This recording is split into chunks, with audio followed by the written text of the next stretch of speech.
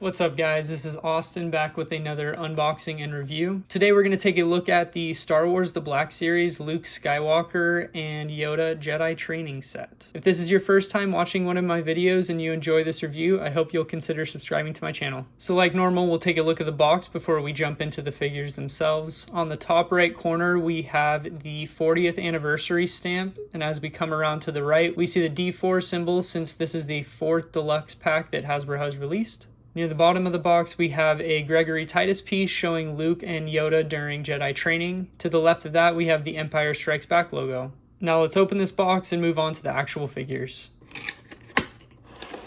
Let's take a closer look now that they're out of the box. You can see some of the accessories that come with this deluxe set, and we'll get into all of those shortly. Starting with Luke, he has a nice wash on his shirt and his pants. I kind of would have liked to have seen them carry that over to his skin. I guess you could always add some extra weathering to his arms in the future if you did want to do that. Articulation wise, he has a ball joint at the top of his neck as well as the bottom, I believe. So we get a forward motion with the lower neck. It's kind of hard to show that. If I start there and I pull it forward, you get a little motion. Obviously under his chin you can see the range. We have side to side motion and back and forth. At the shoulder we have a hinge that you can barely see here, and that comes up pretty far. And we actually do have a butterfly joint here, which I don't believe we have any Lukes with a butterfly joint aside from the newer Snowspeeder Luke, so this is kind of a nice touch. The elbow is a single hinge, and you do get slightly more than 90 degrees there. Moving down to the wrist, we actually have two different types of hinges here. On his right, we have an up and down hinge, which I guess you would consider his blaster hand. On his left hand, he has a left to right hinge, and we'll kind of go over that articulation in a minute. Mid-chest, we have another ball joint that rotates in all directions and swivels. I was kind of hoping to see another point of articulation here so we could get more of an ab crunch, but that is it as far as articulation there. At the hip we have another ball joint. Doesn't go back very far, but he does go forward a fair amount. We have swivel at the thigh, and unfortunately we only have one hinge at the knee, and that is about as far as he gets. At the ankle we have the normal hinge and rocker. Overall, I'd say the articulation is decent.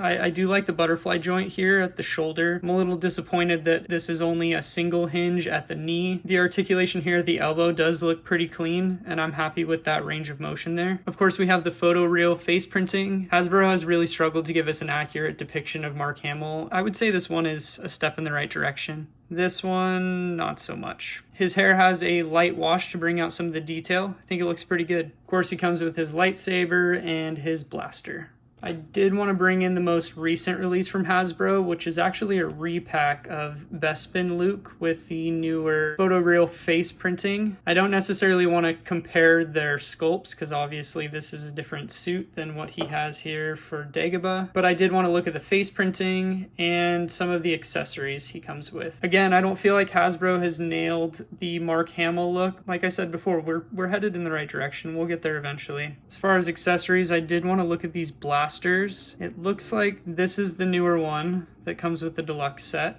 and this is the older repack. It could be the same sculpt, but to me it does not look like the same sculpt. This one has more detail. The paint applications on this one are a little bit more glossy, and I prefer the matte look of this one. As you can see, the details are just a little bit better on this newer version. Moving on to Luke's accessories, he does come with this backpack that Yoda fits in. We will get back to that in a minute. There's a little snap here so you can fit it over his body, and it snaps back. Not much of a snap, but it holds pretty well. In this deluxe set we have two different hands for Luke. This hand is for his handstand, and this one is more of a force hand. If you've made it this far in the video, go ahead and drop a comment below telling me who your favorite Empire Strikes Back character is. Now let's take a look at Yoda. Obviously his proportions are going to be different than the previously released Black Series version because he has to fit in Luke's backpack. For a quick overview on articulation, he has a ball joint in his neck, single hinge at the shoulder, single hinge at the elbow. Doesn't really get much articulation there. And at the wrist he has somewhat of a hinge, but it's mainly for swivel.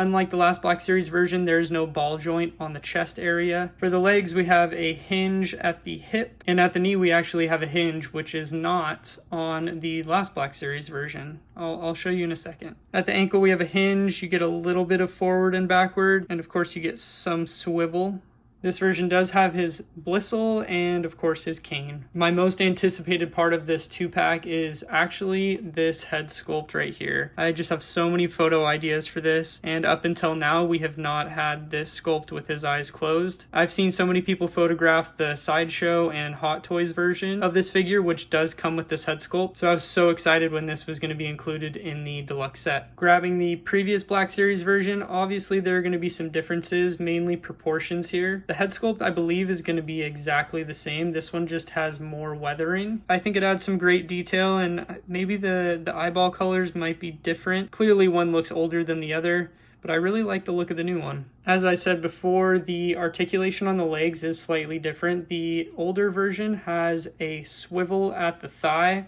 whereas the new version is missing the swivel at the thigh, but he does have a hinge at the knee. The feet are actually different too, and I'm assuming that's so he fits better in the backpack. And I don't know if you can completely tell, but this hand is also smaller. The head sculpt, I believe, is exactly the same. It's the same size. It looks to be the same sculpt. There's just going to be more weathering on the newer Dagobah version. For some, this might be the most anticipated part of the video. I'm going to try to get Yoda into this backpack here, and he fits perfectly. Look at that.